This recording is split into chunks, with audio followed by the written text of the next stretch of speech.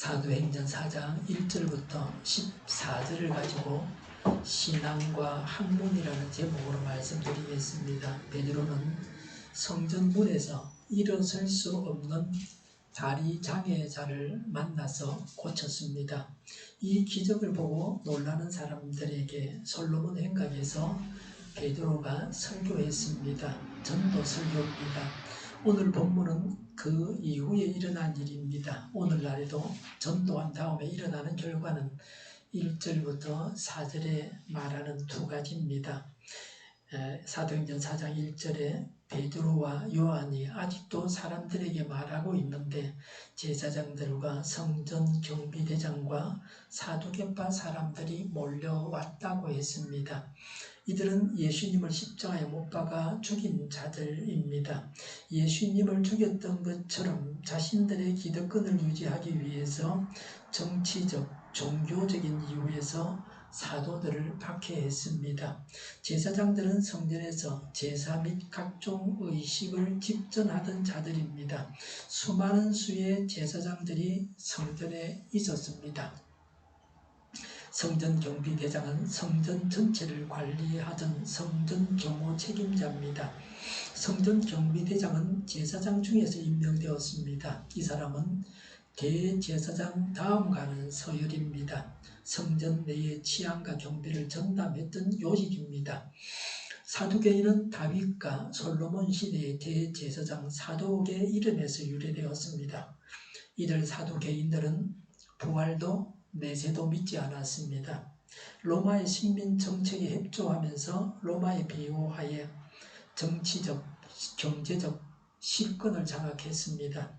사도행전 4장 2절에 그들은 사도들이 백성을 가르치는 것과 예수의 부활을 내세워 죽은 사람들의 부활을 선전하는 것에 격분했어 라고 했습니다.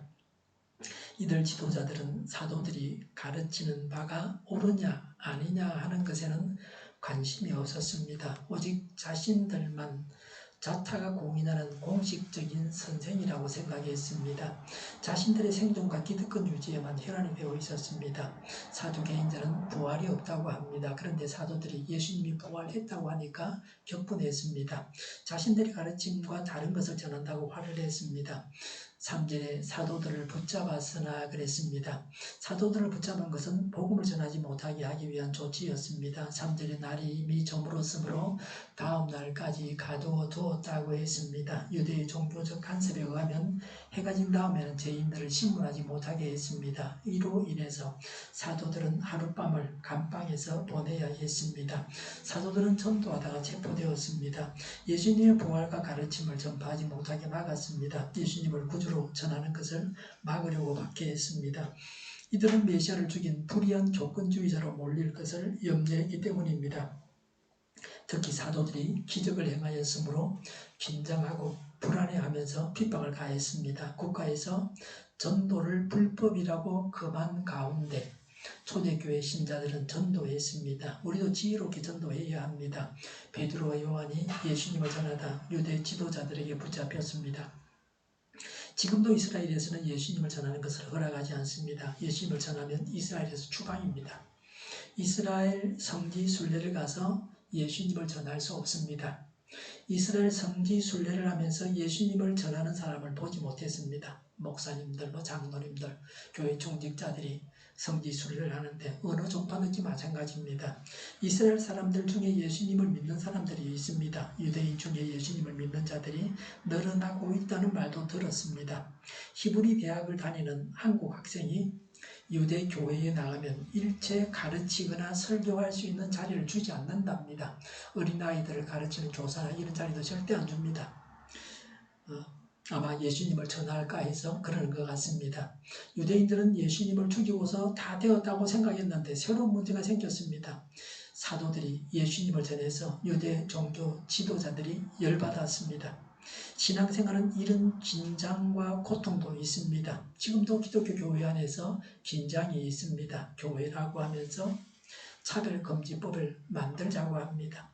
사실 그런 사람들을 이해하기 힘듭니다. 전도의 결과는 첫 번째가 핍박을 받는 것입니다. 그리고 두 번째의 결과는 4절에 나옵니다. 사도행전 4장 4절에 그런데 사도의 말을 들은 사람들 가운데서 믿는 사람이 많으니 남자 어른의 수가 약 5,000명이나 되었다고 했습니다. 사도들이 전도해서 예수님을 믿는 사람이 남자 어른만 5,000명이었습니다.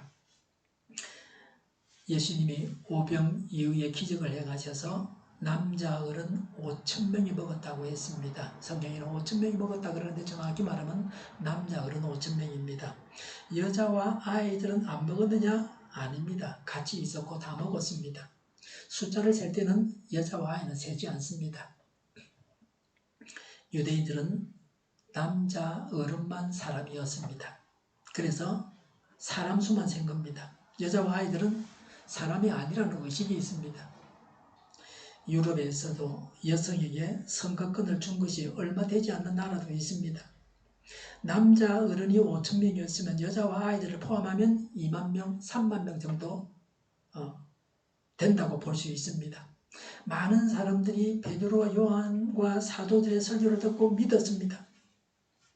사도행전 4장 5절에 이튿날 유대 지도자들과 장로들과 율법학자들이 예루살렘에 모였는데 라고 했습니다. 산헤드린 회원을 말합니다. 산헤드린 회원은 70명입니다. 유대인의 최고 재판기관으로 유대인들 자체의 종교적인 문제는 물론 민사 문제도 처리했습니다. 6절에 대제사장 안나스를 비롯해서 가야바와 요한과 알렉산더와 그 밖에 대제사장 가문에 속한 사람들이 모두 참석하였다고 했습니다. 대제사장 안나스는 주후 6년에서 15년까지 대제사장직에 있던 자입니다. 9년 동안 대제사장으로 있었습니다. 그래서 최고의 제사장이라고 호칭했습니다. 퇴임 후에도 안나스의 가문 사람 중에서 7명이 계속해서 대제사장직을 독점했습니다. 그래서 이스라엘 내에서 최고의 권력을 가졌습니다. 가야바는 안나스의 사위였고 현직 대제사장입니다. 이 가야바는 주후 18년부터 36년까지 대제사장이었습니다. 본래 대제사장은 종신직입니다. 죽으면 그 다음에 대제사장을 세우는 겁니다. 그런데 로마는 마음대로 대제사장을 세우고 면직시키고 그랬습니다. 요한과 알렉산더는 안나스 가문의 사람들입니다. 안나스 가문의 세도가 막강했음을 보여주고 있습니다. 대제사장의 가문에 속한 사람들이 모두 참석했다는 것은 그들의 관심이 지대했다는 것을 보여줍니다. 그들이 이미 죽인 예수님의 능력이 사도들에게서 나타나고 있었습니다. 즉 이들은 제자들이 능력 있게 복음을 전하는 것에 위기감을 느꼈습니다. 그래서 공동으로 대처하고 있습니다. 이들은 유대 나라의 정치사의 종교의 지도자들입니다. 이들이 예수님을 십자가에 못 박은 자들입니다. 이들이 예수님을 또 사도들을 핍박했습니다. 예수님이 십자가에 달려 돌아가신 지 42일 정도 되는 때였습니다. 예수님을 전하는 것은 생명을 내어놓는 일입니다. 죽으려고 작정한 자들이 했던 일입니다. 전도는 순교를 의미합니다. 죽기로 작정하고 예수님을 전했습니다. 죽이려면 죽이라. 그러면서 예수님을 전한 겁니다. 유대 지도자들에게도 상당히 고통을 주었을 것입니다. 죽자 하고 달려드는데 어떻게 스트레스를 받지 않겠습니까?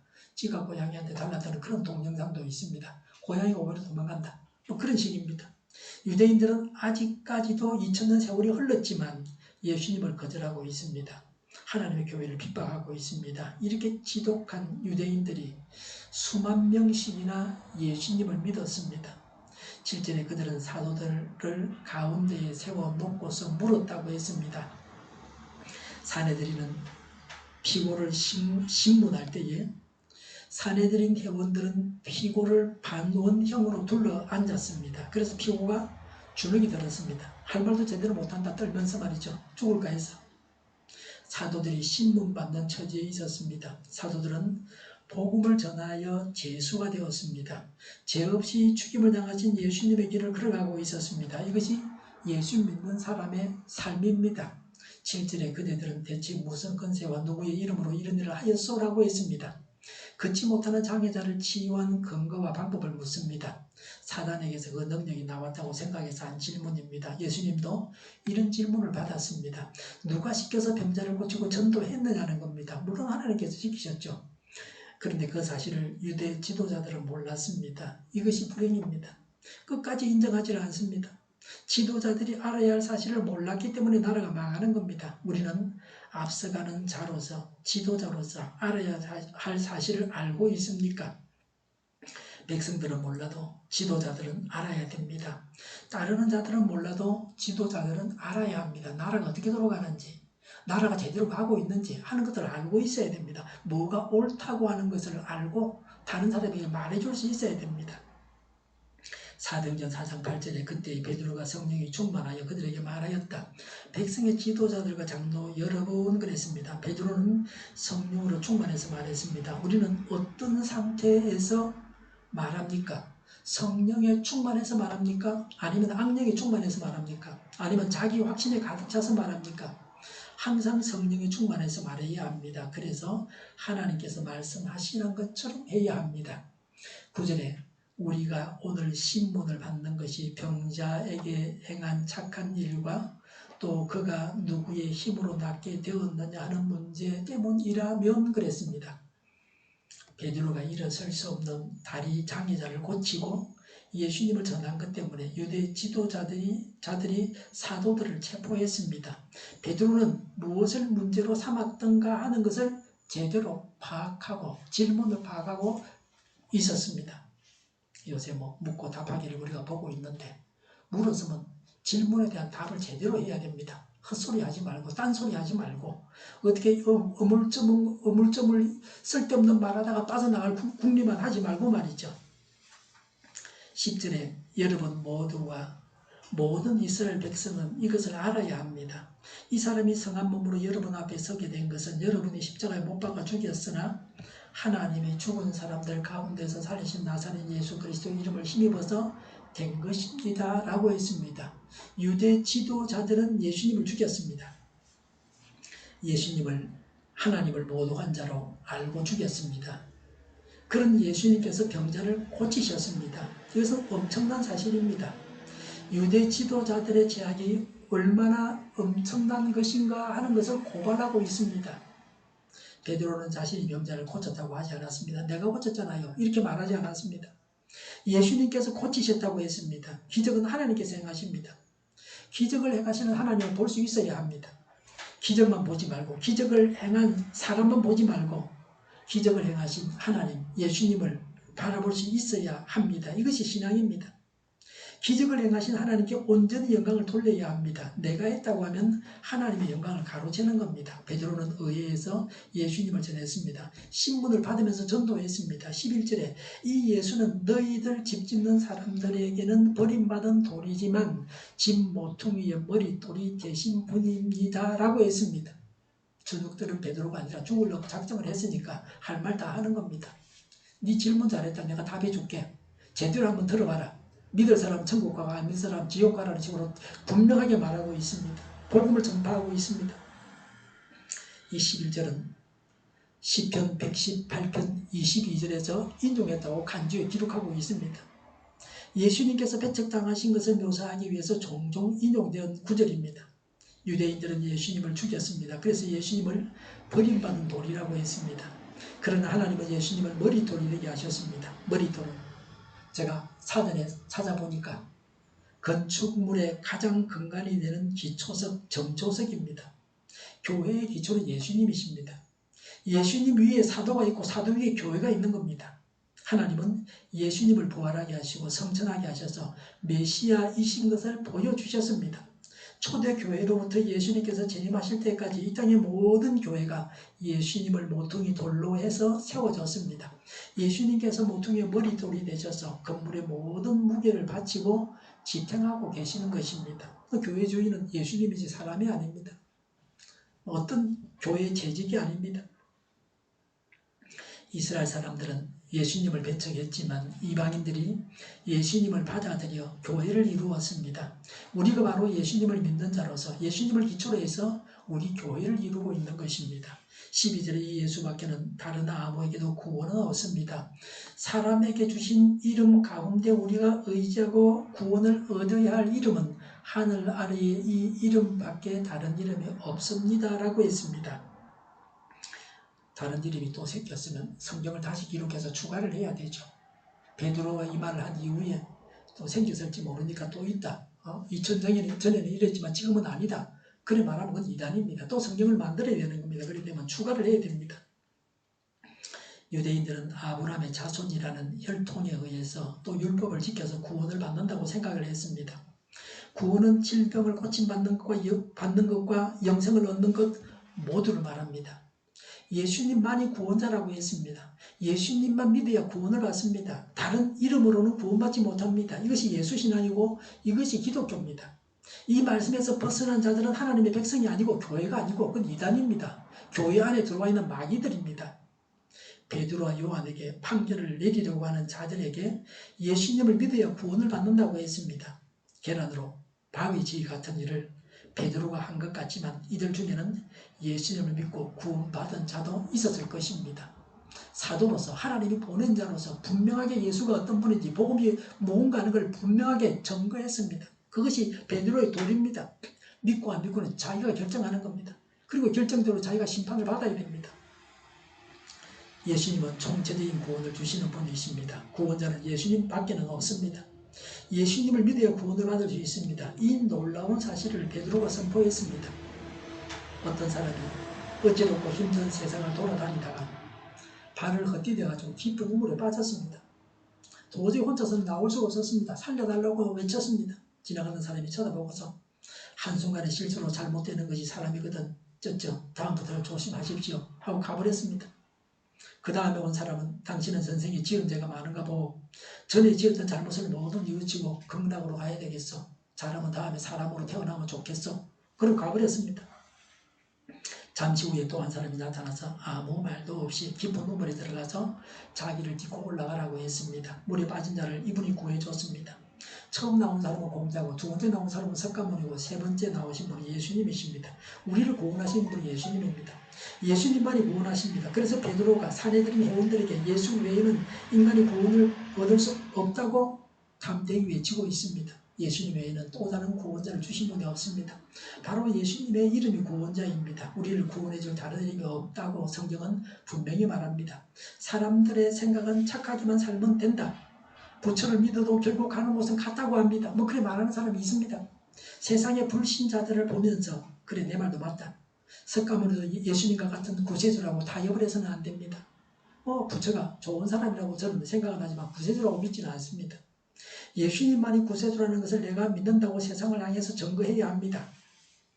당신도 믿어보지 않겠느냐고 강하게 권해야 합니다. 그러나 비인격적으로 비신사적으로 강요하거나 강제로 믿으라고 해서는 안 됩니다. 바로 이런 태도가 사람들을 인격적으로 대하고 하나님 앞에서 대사로서의 직분을 감당하는 것입니다. 안 믿으면 죽인다. 믿을래 안 믿을래 안 믿으면 죽인다. 이런 식으로 하면 안 됩니다. 교회가 세상을 향해서 분명한 나팔을 불지 아니할 때에 이 세상은 혼돈과 암흑 속에서 더욱 어두움만 갈 것입니다. 방향을 잡지 못하고 갈팡질팡하는 세상이 될 것입니다. 교회가 세상을 향해서 전하는 말씀은 바로 예수님의 유일한 구세주라는 것입니다. 불신자들의 저항이 두려워서 마음으로 믿고 있는 바를 신하지 못하는 것은 사단의 꼬임에 빠지는 것입니다. 이런 증거를 잃어버릴 때에 마음의 확신도 흐려지게 됩니다. 불신자들을 무시한 채 무조건 내 말만 들으라고 해서는 안 됩니다. 다른 사람 말도 들어줘야 됩니다. 다른 사람이 잘하는 것도 있습니다. 그 사람에게 배워야 될 것도 있습니다. 예수님을 내가 믿고 있음을 증거해서 불신자가 스스로 신앙의 결단을 하게 해야 합니다. 성경은 예수님 외에 다른 이름을 주신 적이 없다고 분명히 말씀하십니다. 내 이야기가 아니고 제 이야기가 아니고 성경이 그렇게 말하고 있습니다. 예수님만이 우리의 구원자십니다. 교회를 예수님을 믿으려고 나오고 또 예수님을 믿어서 나옵니다. 바로 예수님이 유일한 구세주이십니다. 마음으로 믿고 입으로 신하여 세상을 향해서 분명한 말씀을 전할 수 있는 그리스도인이 되어야 합니다. 그런데 차별금지법이 생기면 어떻게 되는지 압니까? 예수님만 유일한 구세주라고 하면 국가법을 어긴 것이 되고 벌금을 내야 됩니다. 모든 종교가 다 똑같은데 네가 왜 그 차별하노? 이리 되는 겁니다. 희한한 차별법이다. 그렇죠? 이런 법이 생기지 않게 해주십사고 강구해야 합니다. 13절에 그들은 베드로와 요한이 본래 배운 것이 없는 보잘것없는 사람인 줄 알았는데 이렇게 담대하게 말하는 것을 보고 놀랐다. 그리고 그들은 두 사람이 예수와 함께 다녔다는 사실을 알았지만 그랬습니다. 베드로가 조금도 막힘이 없이 복음의 진리를 증거했습니다. 베드로는 정규 랍비 교육을 받지 못했습니다. 베드로는 글자를 모르는 무식한 사람입니다. 그런 베드로가 담대하게 말함으로 무척이나 의외의 일이었습니다. 성령을 받으면 무식한 자가 유식한 자를 가르칩니다. 베드로와 요한은 예수님을 전하다가 신문 받는 자리에서 예수님을 전했습니다. 이 두 사도는 단지 세상 지식이 있어서 말씀을 전했던 것이 아닙니다. 이 두 사도는 예수님을 따라다녔고 예수님에게서 배웠습니다. 성령으로 충만했기 때문에 이상할 만큼 담대하게 또 분명하게 말씀을 전파했습니다. 이 말씀은 학문의 우수성을 말하지는 않습니다. 오히려 신앙의 위대성을 증명하고 있습니다. 신앙에서 지성의 위치를 바로 잡는 일에 우리 성결교회의 복음적, 웨슬레주의적 알미니안주의가 기여했습니다. 타 교파에서는 다분히 지성을 경시하는 경향이 있습니다. 예수님을 믿기 때문에 초등학문은 필요 없다고 하면서 학교 다니다 때려치워버리고 그만둔 사람도 있습니다. 공부하는 게 힘들기도 하지. 뭐 교회에서 공부하지 마라 그러지. 잘 됐다 뭐 그만 퇴학하고 공부 안 한단 말이죠. 좋은 여건에 경제적인 능력도 있었고 머리도 있었는데 공부했으면 뭔가 될 사람인데 예수님을 믿었다고 해서 책을 덮어버렸다. 학교를 그냥 안 가버렸습니다. 이렇게 해서는 안 됩니다. 신앙은 배움이 없는 자도 담대하게 신앙의 소신을 밝히는 위대한 힘을 가지게 합니다. 그러나 신앙이 지성을 금하지는 않습니다. 신앙을 가졌기 때문에 머리는 무용지물이 되는 것이 아닙니다. 지적인 것이 비신앙적인 것은 아닙니다. 신앙인은 지적인 수련에도 애를 써야 합니다. 신앙인이 학교도 다니고 학문도 해야 합니다. 믿는 자들이 박사도 돼야 됩니다. 신학 박사만 되는 게 아니고 모든 방면에서 의사도 되고 학자도 되고 글 쓰는 사람도 되고 전 방면에서 앞서가는 지도자가 되어야 합니다. 바울이 선교를 위해서 크게 기여했던 것은 가장 근본적으로는 하나님의 은혜였습니다. 그리고 한편으로는 세상 학문에서 앞서 있었기 때문에 바울을 선교사로 하나님이 쓸 수가 있었습니다. 바울은 이미 그 지역의 말들을 다 알고 사용했습니다. 그런 사람을 선교사로 쓰지 말 한마디 못하는데 어떻게 선교사로 쓰겠습니까? 베드로를 선교사로 쓴다고 방언을 한다고 해서 그 전도가 되겠습니까? 물론 될 때도 있지만 전적인 사역자는 될 수가 없습니다. 하나님은 모세가 가지고 있었던 지팡이를 사용하셨습니다. 우리가 소유한 것을 하나님이 사용하십니다. 학문에 능통하다고 하는 것은 하나님께서 그 방면으로 그 사람을 사용하시게 합니다. 지적이고 많이 안다고 해서 남의 말만 늘어놓으면서 주관이 없이 말하는 사람도 있습니다. 배움이 없어 언어적인 표현은 미숙하지만 속에 들어있는 바가 있어서 그 주관이 분명하게 나타나는 그런 사람도 있습니다. 적치에 있는 사람입니다. 베드로와 요한이 바로 분명한 신앙 주관을 가지고 있었습니다. 예수가 누구며 이 예수가 어떤 사람인가를 잘 설명하면서 그 사람들에게 믿으라고 권하고 있습니다. 우리가 먼저 예수님을 다루고 예수님을 알아서 분명한 신앙을 정립해야 합니다. 그리고 동시에 배움에도 열심을 내어서 세상에서도 머리가 되어야 합니다. 그 배움이 예수님께서 사용하시는 것이 되어서 예수님께서 우리를 사용하시기에 더 편리한 도구가 되어야 합니다. 오직 배워서 하나님께서 쓰시기에 합당한 자가 되겠다고 하는 한 마음만 가지고 배우는 일에 열심을 내어야 합니다. 권위주의 세상은 지나갔습니다. 어른으로서 부모로서 성실하게 공부하는 모습을 자녀들에게 보여줘야 합니다. 그것이 권위가 있는 것입니다. 사도행전 4장 14절에 병고침을 받은 사람이 그들 곁에 서 있는 것을 보고는 아무 터집도 잡을 수 없었다고 했습니다. 앉았으면 살던 장애자가 다 나아서 함께 있으므로 더 이상 베드로를 신문할 수가 없었습니다. 병자가 완전히 회복되었다는 것은 베드로가 말한 것이 모두 사실이라는 것을 입증해주는 살아있는 증거가 되었습니다. 그래서 사도들을 정죄할 수 없어서 아쉬워하고 있습니다. 이만큼 이들은 악했습니다. 유대 지도자들은 입이 있었지만 할 말을 잃었습니다. 사실은 그 열린 입으로 예수님을 하나님으로 구세주로 영접해야 합니다. 자기들이 예수님을 죽인 그 죄를 고백하고 용서받고 예수님을 믿고 하나님을 찬양해야 합니다. 모든 성도님들이 바로 설 때에 핍박하는 자들이 유구무원이 될 것입니다. 악한 재판관 앞에 설 때에 성령께서 친히 하실 말씀을 주십니다. 재판하는 사람이 오히려 당황해하는 모습을 잘 볼 수 있습니다. 김중건 목사님의 간증입니다. 6.25 전쟁 때 공산군에 끌려가서 인민재판을 받는데 성령께서 친히 하실 말씀을 주셨습니다. 재판장이 오히려 당황해하고 할 말이 없어서 입이 떨어지지 않았다고 합니다. 하나님께서 행하신 크신 일 앞에서 하나님을 대적하는 자들은 할 말이 없습니다. 하나님의 사역자로서 이 땅을 살아갈 때 사단의 방해도 사단의 속삭임도 결국에는 잠잠해집니다. 전도하여 핍박을 받아도 전도해야 됩니다. 전도를 하면 핍박하는 자가 있고 또 복음을 듣고 믿는 자가 있습니다. 핍박을 받아도 전도할 때 믿는 자들이 생깁니다. 제 개인적으로도 그렇습니다. 막 예수님을 부인하고 눈을 부라리고 싫다고 그런 사람들이 갑자기 변해서 예수 믿는 애들이 있습니다. 전도하면 그런 일들이 일어납니다. 지금도 예수님은 죄인들에 의해서 핍박을 받습니다. 의인들이 악인들로부터 핍박을 받습니다. 그러나 예수님은 기적을 행하셔서 병든 자를 고치십니다. 예수님은 하나님이요 구세주요 모든 인생들이 다 믿어야 할 분이십니다. 예수님만이 구원자이심을 분명히 믿고 누구에게나 담대하게 예수님을 전해야 합니다. 학문에 능통해야 합니다. 많은 외국어를 말해야 합니다. 세상이 어떻게 돌아가는 것을 알아야 됩니다. 하나님을 믿는 신앙도 깊어야 합니다. 그래서 하나님께서 쓰시기에 합당한 자가 되어야 합니다. 핍박하고 예수님을 믿지 않겠다고 하던 자들이 우리를 통해서 하나님께서 행하신 일을 보고 예수님을 믿고 구원을 받아야 합니다. 신앙과 학문 모두에 깊이 있는 자가 되고 하나님의 기적이 일어나서 예수님을 믿는 일들이 일어나고 핍박을 받아도 성령님을 따라서 전도하여 전도의 열매가 풍성해야 되겠습니다. 기도하겠습니다. 신앙과 학문 모두에 깊이 있는 자가 되고 하나님의 기적이 일어나서 예수님을 믿는 일들이 일어나게 하고 핍박을 받아도 성령님을 따라서 전도해서 전도의 열매가 풍성하게 하여 주시옵소서.